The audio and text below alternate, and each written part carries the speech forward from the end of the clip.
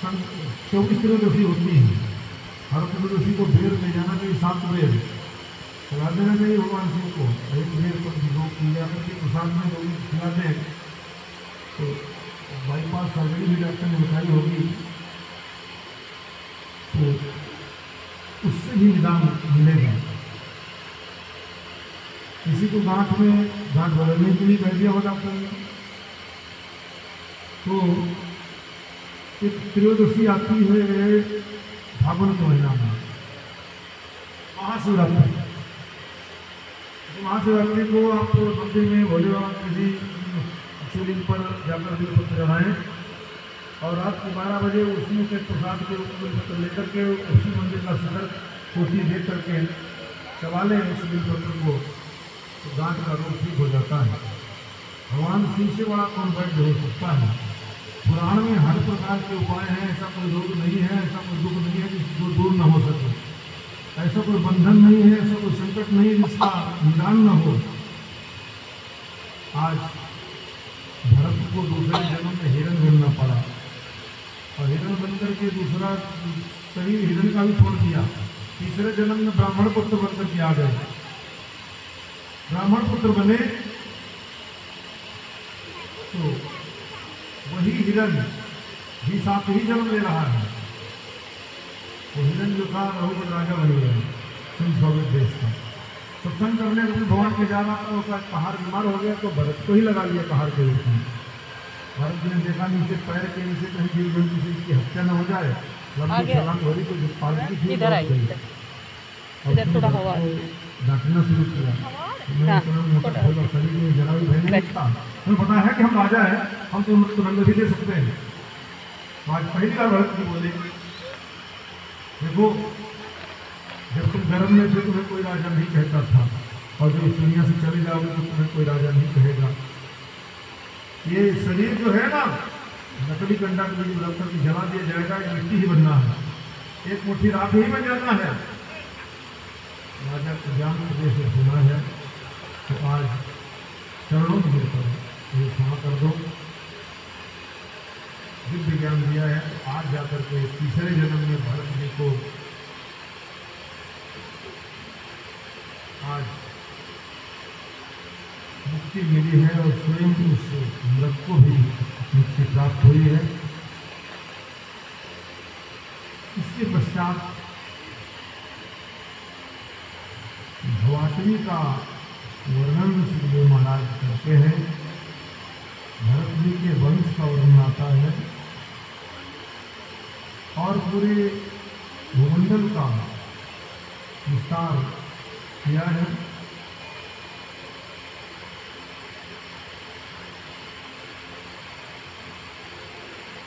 वर्षों का वर्णन है, मनवंतर जो 14 मनवंतर हैं, सब वर्षों मनवंतर चल रहा है, मनवंतरों का वर्णन किया गया है। और जो 6 द्वीप हैं जो भगवान सूर्य की रथ की गति, भिन्न भिन्न ग्रहों की स्थिति और उसकी क्या गति है, राहु आदि की स्थिति, और 7 लोग हैं नीचे के, उन 7 लोगों को वर्णन करते हैं।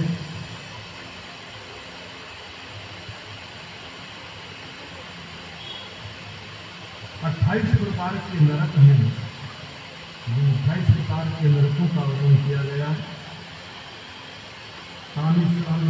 रौरव महारौरव कुंडिपा पार्षुक पत्रवत अशुकर्मुख अंधकूप भोजन संघंस तप्त सूर्मी वज्रकंटक शामली वैतरणी पुलोध प्राणरोध विषम लाला भक्ष सारमयादन अविची अयापान शिवा क्षार कर्दम रक्षोगण भोजन कुल क्रोध दंड सूक अवट निरोधन पर्यावर्तन सूचीमुख, ये 28 प्रकार के नरकों का वर्णन किया गया है।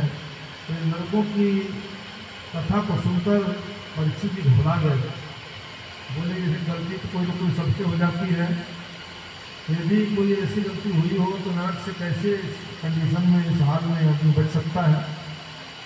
तो कहा भगवान का नाम लेकर के या भगवान की कथा सुन करके नरकों से छुटकारा मिल सकता है। एक अजामिल भक्त था, क्योंकि काल समझा करता है, हवन करता है, सत्संग नहीं है, संतों का आदर सम्मान करता है, लेकिन वो भी लकड़ी लेने जंगल में गया था। सुंदर स्त्री को देख करके प्रभावित होकर उसके घर में रहने लगा।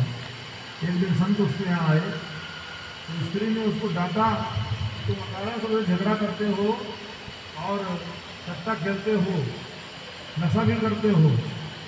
आज अगर संतों को तुमने कुछ कहा तो मुझसे बुरा कोई नहीं होगा। ऐसा कहीं स्त्री पुरुष को डांट दें तो उसकी क्या मजा कि वो उसके डांटने के बाद वो उल्टा काम करे। तो संतों के चरणों में जाकर के चरण वंदना करता है। संतों से कहा कि मेरा उद्धार कैसे होगा, मैं तो भ्रष्ट हो गया हूँ, मेरा मार्ग पतन की ओर है, आप आधार बन जाओ ईश्वर। तो कहा कितने बाल गोपाल हैं? बोले 10। और 10वें का नाम नारायण रख देना, उससे प्रेम करना, वही तुम्हारी मुक्ति के कारण बनेगा। और जब 10वें का नाम नारायण रख दिया उसी से प्रेम करता है। एक दिन भगवान यमराज के दूत यमराज में बांध करके हम पास में लेकर जाने लगे। उसने अपने बेटा नारायण को पुकारा तो नारायण के पार्षदों को लगा कि मेरे भगवान को पुकार रहा है। आए हम दूतों का पास काट लिया, इन दूतों को वहाँ से भगाया और उसकी रक्षा की। यमराज के पास शिकायत की दूतों ने तो कहा उसने अंत में प्रभु का नाम लिया, इसलिए यहाँ नहीं तो उनके दरबार में जाने का अधिकारी है। और कुछ दिन तक तपस्या की है तो भगवान के श्री धाम में प्रस्थान किया है। दक्ष के 10,000 बालकों को नारद जी ने विरक्त कर दिया। तो नारद जी को दक्ष ने साफ दे दिया कि इन 2 घड़ी से ऊपर कहीं नहीं रुकोगे।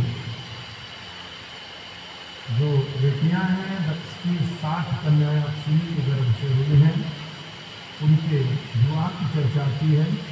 धर्म को 10 कन्याएं ब्याही गई, 13 कन्या कश्यप को ब्याही गई, 27 कन्या चिन्हवा को ब्याही गई, 2 भूतों को ब्याही गई, 2 मीरा को ब्याही गई, 2 शास्त्र को ब्याही गई, 4 ताश नामधारी कश्यप को भी ब्याह दी गई। इस तरह से 7 कन्याओं के वंश का वर्णन सतगुरु भगवान ने किया है। एक समय की बात, गुरुदेव बृहस्पति जी इंद्र के यहाँ गए। इंद्र ने ना उनको बैठने के लिए आसन दिया, न प्रणाम किया। अब तो पद के मध्य में बदवाले हो गए। गुरु जी लौट आए, दक्षों को पता लगा गुरु जी ने इंद्र का त्याग कर दिया तो उन्होंने तुरंत स्वर्ग के ऊपर कुर्सी के ऊपर आक्रमण कर दिया, छीन ली कुर्सी। तो भगवान की प्रार्थना करी तो कहा जब तक तुम्हारे गुरु जी या नाराज हैं तब तक यज्ञ करो, किसी गुरु को बना सकते। जिस गुरु को गुरु बनाए तो उसका किसी को तो हम एक्सरसाइज करते हैं यहाँ पर और यज्ञ किया। गुरु जी का निहाल था दैत्यों में। दैत्यों देवताओं का जब मन इधर हो जाता है अपने मामलों में कोई नाम लेकर आहुति डाल देते हैं। इंद्र समझ गए 4 गुरु जी कर रहे हैं तो गुरु को मार दिया, मारने से ब्रह्म हत्या लग गई। फिर राजा जी को बनाया 4 जगह हत्या को बांटा गया। पृथ्वी की उसत भूमि, पेड़ के ऊपर का जो गोंद, पानी के ऊपर की जो काई होती है, माताओं की अशुद्ध अवस्था होती है, 4 जगह में हत्या बांटा गया। और उसके बाद कृष्णा जी ने देखा कि मेरे बेटा को मारा है मैंने, एक बड़ा यज्ञ किया। उसे महाबलवान दत्तासुर पैदा हो गया। तो इंद्र के ऊपर धावा बोल दिया, उन्हें पराजित हो गया।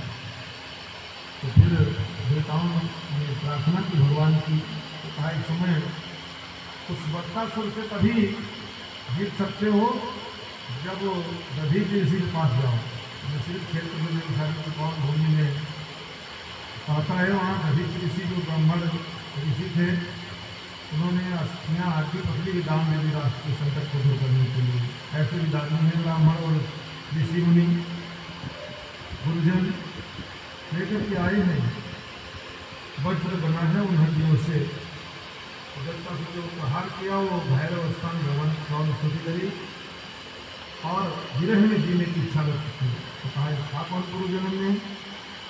पूर्व जन्म चित्रकूट नाम का गर्भ था। यहाँ कैसे आया? ने साफ दिया, शिव जी की हंसी उड़ाई थी। तो गिराया था, माने वाग्दान दिया था कि जाओ जल्दी तुम्हारा उद्धार हो जाएगा, इसीलिए इसका उद्धार हुआ। और